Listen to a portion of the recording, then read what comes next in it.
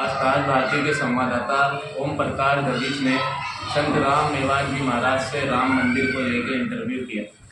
नमस्कार दोस्तों, आज हमारे बीच ताज भारती से बात करने के लिए उपस्थित है श्री राम सनेही संप्रदाय टोंक श्री राम द्वारा के परम पूज्य संत श्री राम निवास जी महाराज, जिनका श्री राम जन्मभूमि आंदोलन से गहरा नाता रहा है।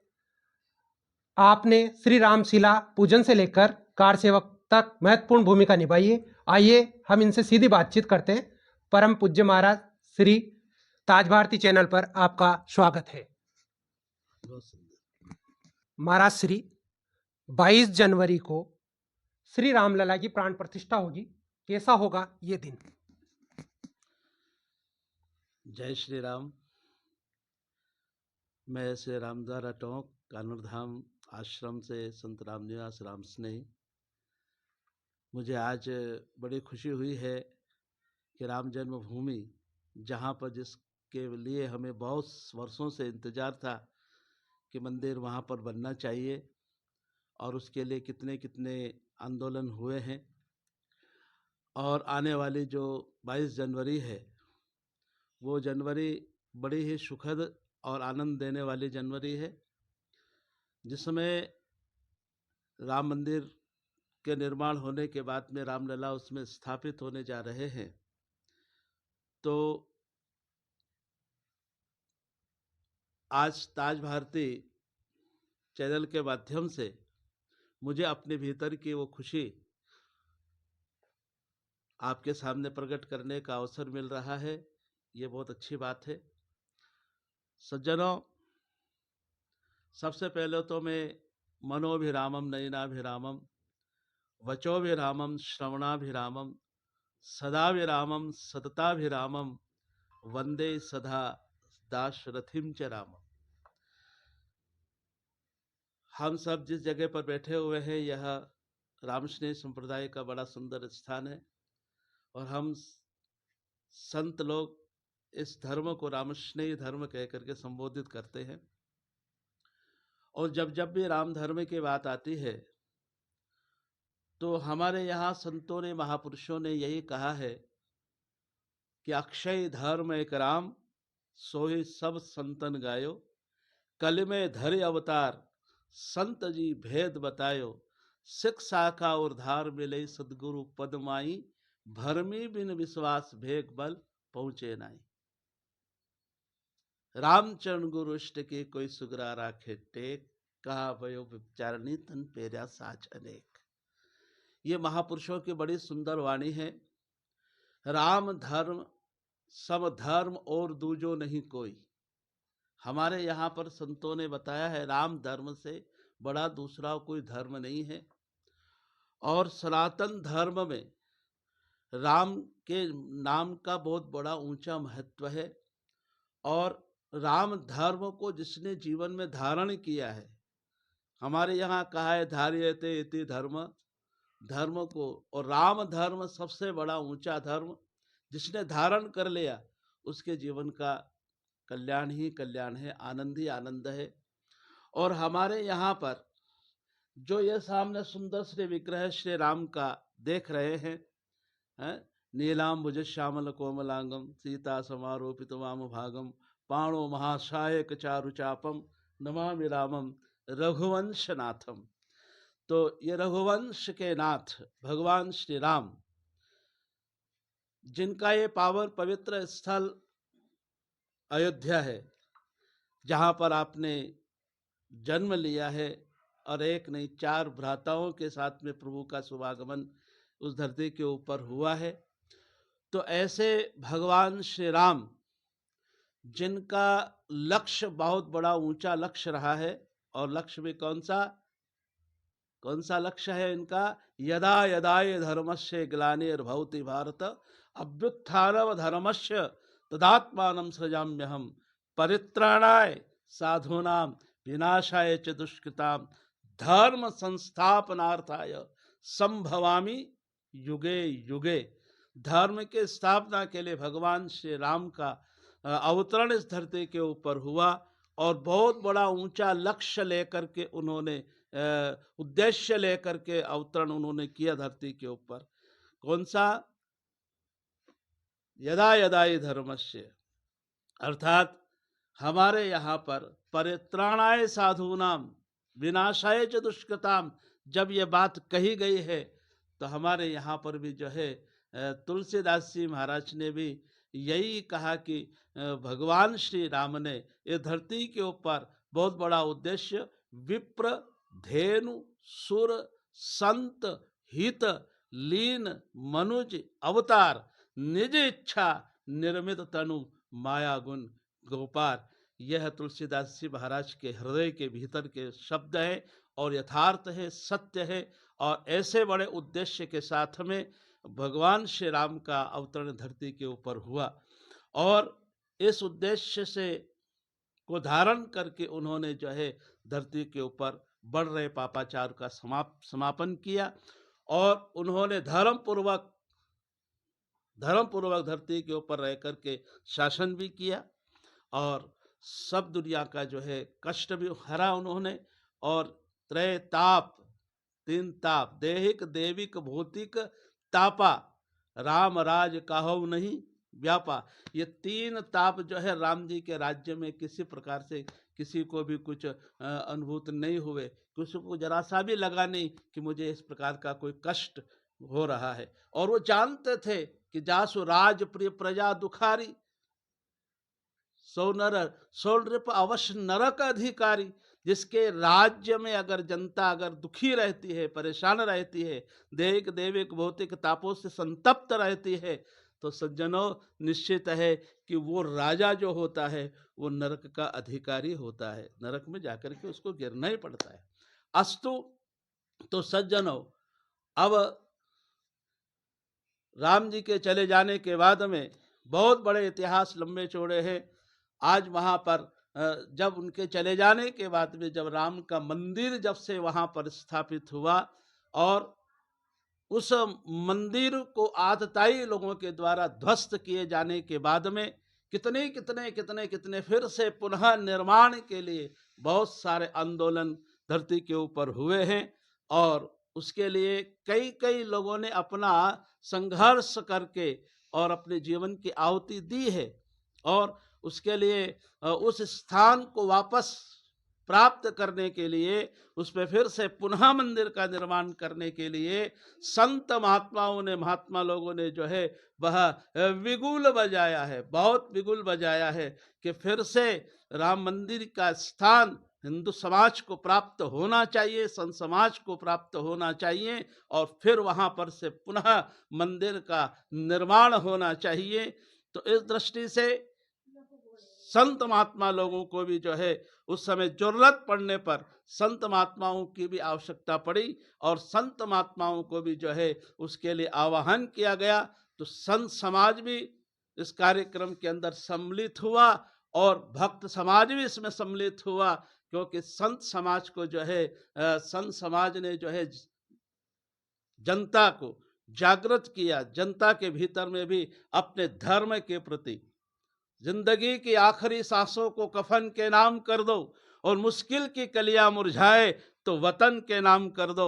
वक्त अगर आ जाए दामन फैलाकर लहू मांगने हमसे तो जिंदगी का आखिरी कतरा कतरा राम जन्मभूमि के नाम कर दो। और ऐसे उस बिगुल को, ऐसे उस आंदोलन में से उस बिगुल को सबने अपने हृदय में स्थापित करके और फिर से पुनः मंदिर बनना ही चाहिए, ऐसा दृढ़ संकल्प और दृढ़ आस्था और पूर्ण रूप से समर्पण का भाव उन सब के भीतर में यही रहा।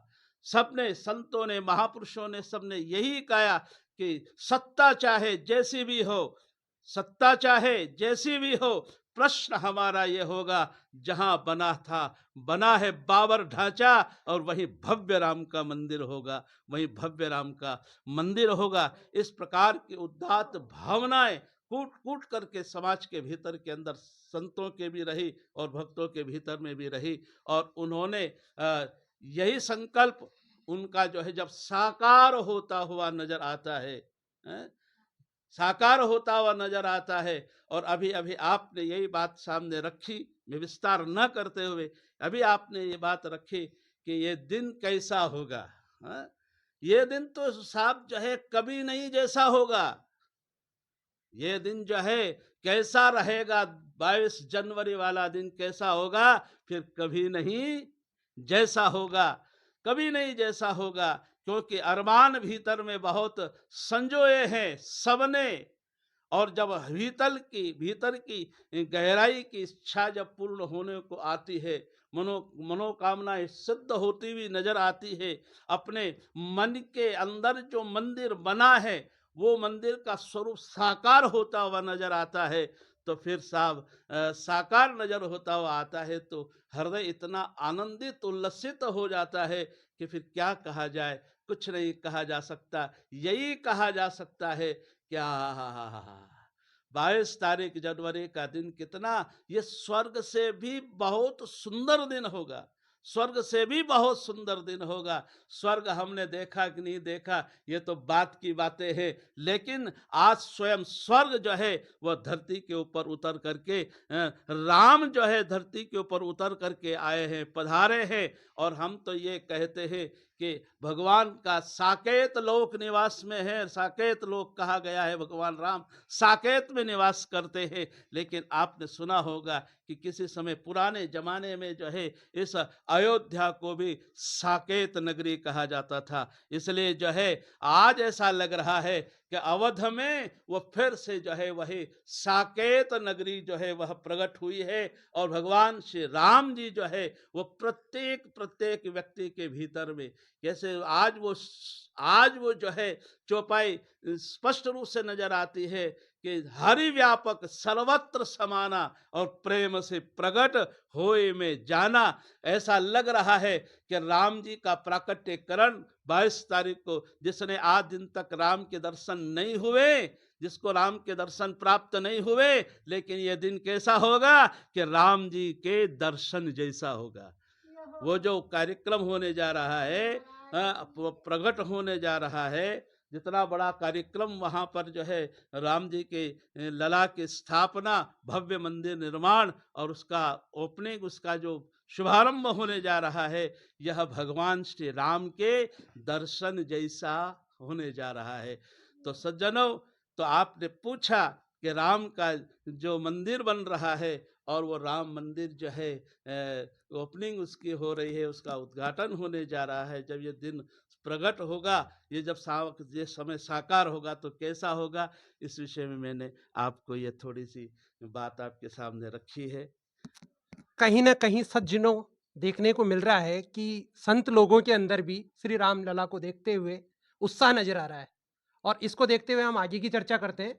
महाराज जी से दूसरा सवाल है, श्री राम मंदिर निर्माण के लिए लंबा आयोजन व संघर्ष हुआ, संतों व कार सेवकों ने अपने बलिदान दिए, आखिर क्यों आवश्यकता पड़ी कि संतों को सड़कों पे उतरना पड़ा?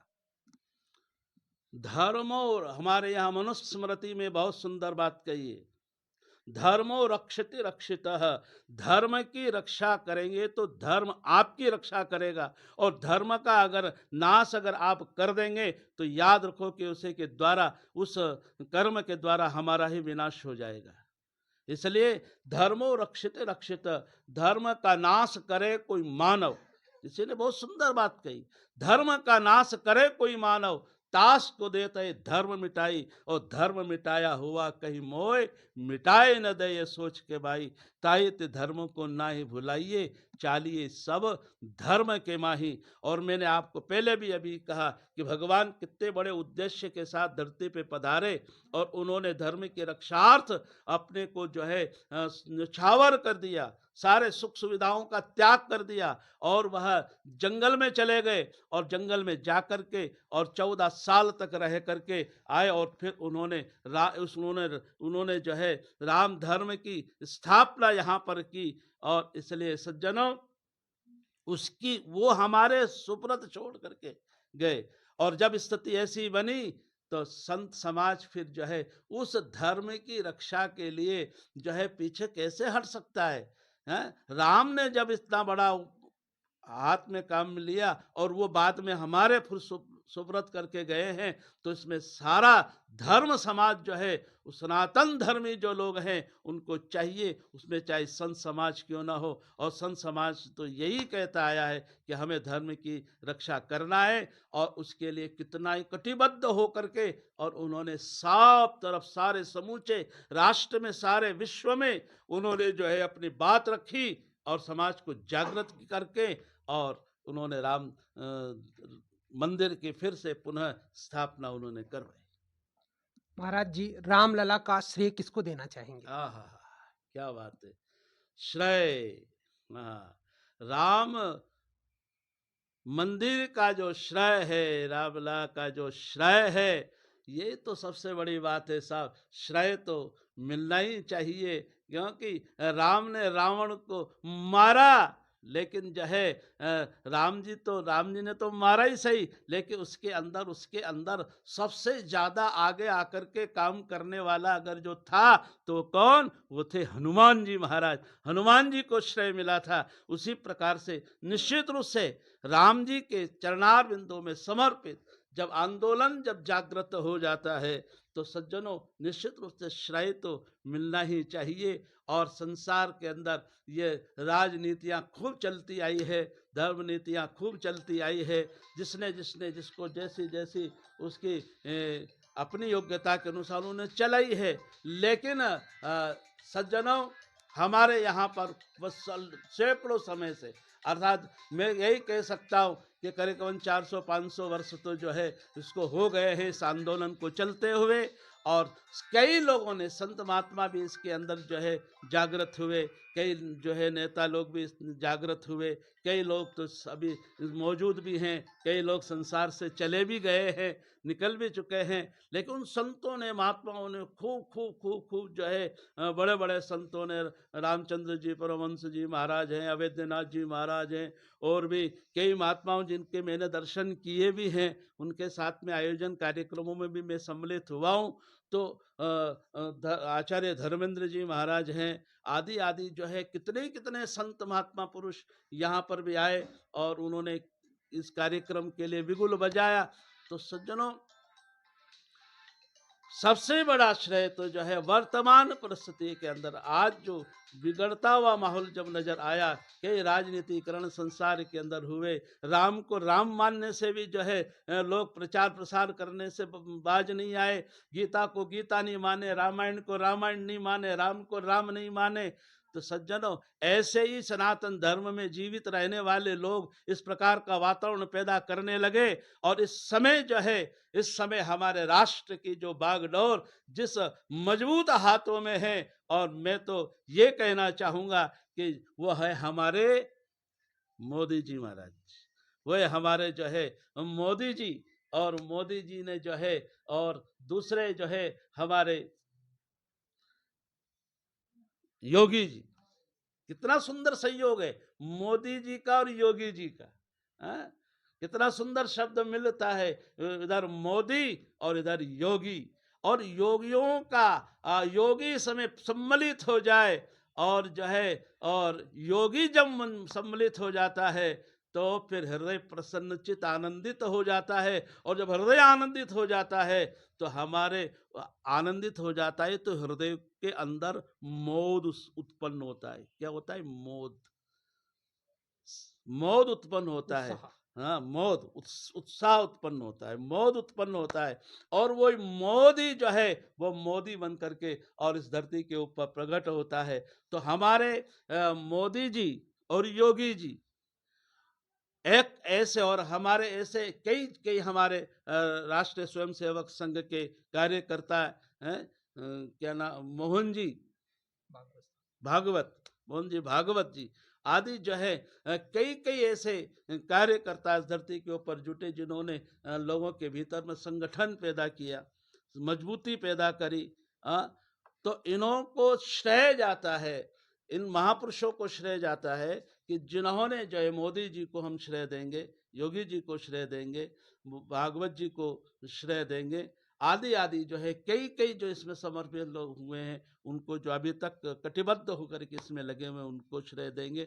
तो सज्जनों, इस मंदिर के निर्माण में अगर श्रेय जाएगा तो हम विशेष रूप से जो है इनके लिए मोदी जी का को स्मरण करेंगे और योगी जी का स्मरण करेंगे।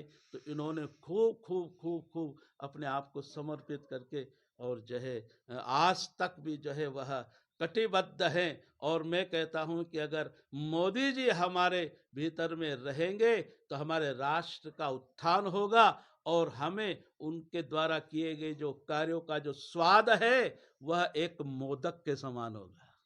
लड्डू का जैसा स्वाद होता है ना, ऐसा स्वाद हमको प्राप्त होगा। हमारा राष्ट्र सब तरफ से जो है सुखमय होगा। और मैं कहता हूं कि जिस प्रकार से राम जी के राज में त्रैताप व्याप्त नहीं हुए थे, उसी प्रकार से मैं कहूंगा कि मोदी जी के भी राज में जो है ये त्रैताप एक दिन जो है समूल समाप्त हो जाएंगे और लोग जो है प्रसन्नचित्त और आनंदित हो जाएंगे, सबका जीवन आनंदमय हो जाएगा। जैसे मैं कहता रहता हूं कि वो काम कर की उम्र खुशी से कटे तेरी, वो काम कर की याद तुझे किया करे, इस जहां में न हो तेरा जिक्र खे रही, और नाम कर तेरा ले तो अदब से लिया करे, सम्मान से लिया करे। तो हमारे मोदी जी, योगी आदि तमाम जितने भी राष्ट्र के प्रति समर्पित राष्ट्र सेवक हैं, उन लोगों ने इतना सुंदर कार्य धरती के ऊपर किए हैं जो युगों युगों तक जो है उनके अनुपस्थिति में ये राष्ट्र, ये देश हमेशा उनको स्मरण करता रहेगा, उनको याद करता रहेगा। धर्म और राजनीति की अलग अलग सोच रखने वालों को आप क्या संदेश देना चाहेंगे? धर्म तो मैंने अभी आपसे कहा कि धर्म है तो कुछ सब कुछ है, और धर्म नहीं है तो कुछ भी नहीं है। धर्म और राजनीति को अलग लेकर के नहीं, धर्म है तो नीति है। धर्म रहेगा तो तुम नीति से, अच्छी नीति से जो है राष्ट्र की सेवा कर सकोगे। इसलिए नीति नीति रह जाए और उसमें अगर धर्म नहीं रहे हो तो कुछ भी महत्व नहीं रह जाता है। इसलिए धर्म के साथ में और नीति को अपनाओ, लेकिन धर्म के साथ में अपनाने का प्रयास करना चाहिए। श्री राम जन्मभूमि ट्रस्ट की तरफ से मिले निमंत्रण पत्र राजनीतिक दलों के प्रमुख नेताओं की बयानबाजी पर कैसा महसूस करें? हमारे यहाँ कहा गया है कि हमारे यहाँ पर यह कहा गया है कि एक कोई फल आता है, ऐसा कौन सा फल होता है महाराज जी, जो पकने के बाद में वो जो है कंठ को कष्ट देता है? अस्तु, दाग पके। हाँ सज्जनों, प्रश्न आपका बहुत सुंदर है। मैं सिर्फ इतना ही कह सकता हूं कि जिनको परमात्मा स्वयं अपनी सेवा में बुला रहा है, ईश्वर बुला रहा है, निमंत्रण देकर के बुला रहा है, बोल करके बुला रहा है, और फिर भी ये जीव वहां नहीं जा पा रहा है, इससे बढ़कर के और अभागा संसार में कौन हो सकता है। और जो बुलाने पर भी नहीं जाए, राम जी के बुलाने पर भी नहीं आए, तो फिर सज्जनों जो है उनसे बढ़कर के दुर्भाग्यशाली और कौन हो सकता है। इसलिए वो दुर्भाग्यशाली हैं जो बुलाने पर भी, राम के आमंत्रण पर भी, ईश्वर के आमंत्रण पर भी, क्योंकि संसार जगत जगन्नाथ का स्वरूप होता है, नारायण का रूप होता है, और उनका द्वारा किया गया जो निमंत्रण है और उसके को भी स्वीकार नहीं किया जाए तो उनसे बढ़कर के दुर्भाग्यशाली और राम के विरोधी और हिंदुत्व के विरोधी कोई नहीं हो सकते। श्री राम जन्मभूमि आंदोलन से जुड़े पूज्य संत श्री राम निवास जी महाराज का कहना है कि श्री राम मंदिर का भव्य निर्माण हो रहा है, इसके पीछे संतों, कार सेवकों का बलिदान का योगदान है। बहुत खुशी हुई है आज ताज भारती चैनल के माध्यम से आप सबको ये सारी अद्वितीय जानकारी प्राप्त हुई, आनंद देने वाली जानकारी प्राप्त हुई। और इसी जानकारी के अंतर्गत मैं एक और विशेष जानकारी देने का कि धृष्टता करूँगा, लेकिन आप कोई अन्यथा न लें। बस इतना ज़रूर कहना चाह रहा हूँ कि आने वाला जो कार्यक्रम है, आने वाले जो 15 और 14 और 15 जनवरी का जो कार्यक्रम है, वह हमारे यहाँ पर टोंक वासी सब अच्छे तरह से जानते हैं, और वह दिन है साध पंचमी मेला महोत्सव का।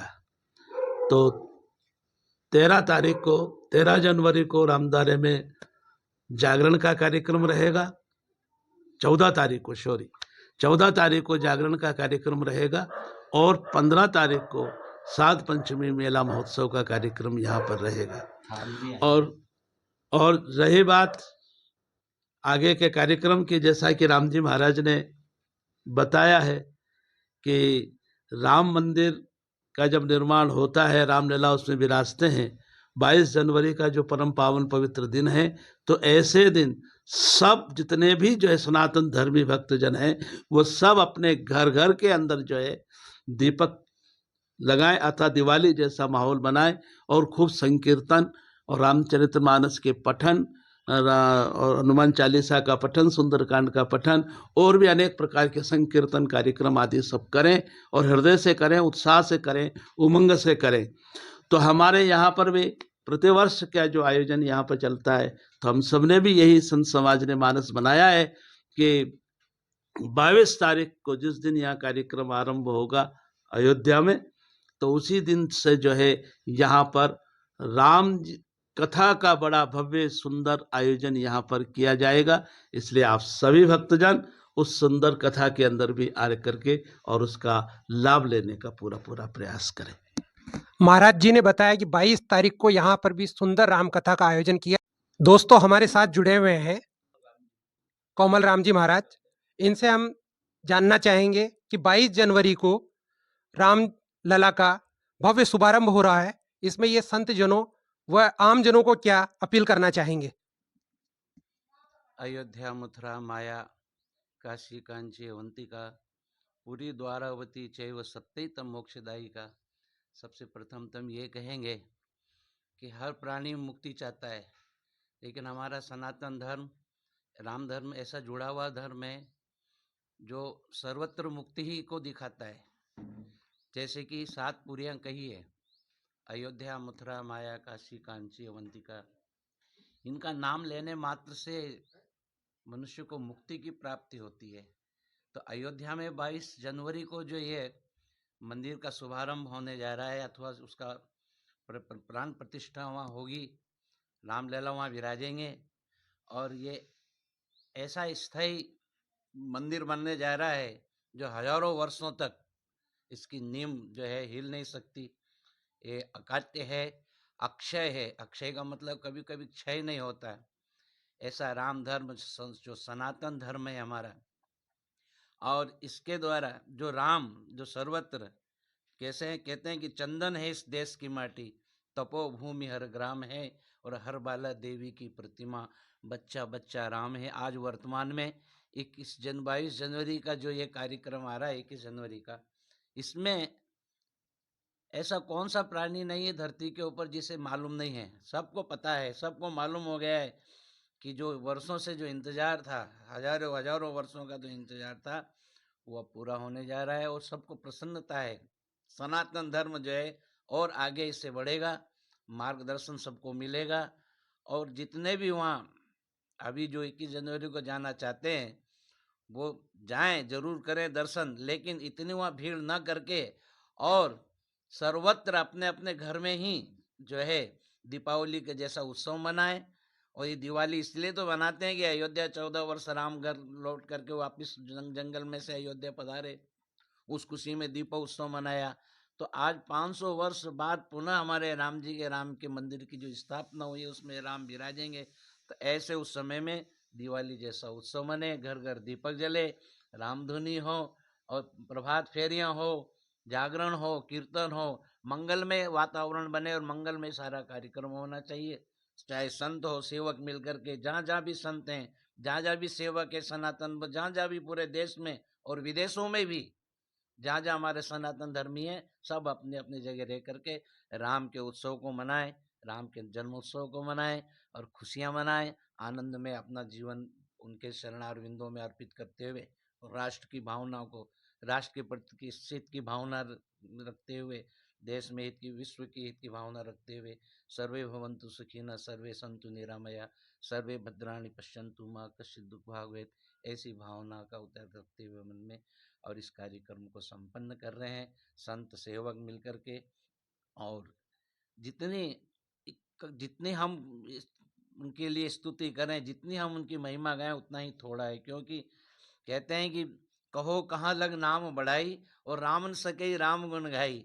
और फिर वो तो अयोध्या जी है, हम हमारी जन्मभूमि का वर्णन नहीं कर सकते, महिमा नहीं कर सकते। तो राम की जननी जन्मभूमि स्वर्गादपि गरीयसी, स्वर्ग जैसी वो भूमि है, उसको आप हम सब नमन करते हैं और मन में ये सोचते हैं कि जहाँ हम उनका उत्सव मनाएं, हमारा टोंक ही हमारे लिए अयोध्या बन जाए और हमारे जो जो मंदिर हैं, वो जितने भी मंदिर आश्रम है वो सब हमारे लिए राम मंदिर बन जाएं और उसमें उत्सव मनाएं उनके नाम से। ये कहना है संत महाराज का। कहीं ना कहीं देखने को मिल रहा है कि संतों के अंदर में भी बहुत उत्साह देखा जा रहा है रामलला को लेकर के। यही ये जनता से अपील भी करना चाहते हैं कि अधिक से अधिक संख्या में अपने घरों के ऊपर दीपक जलाए, मंदिरों को सजाए। ये कहा है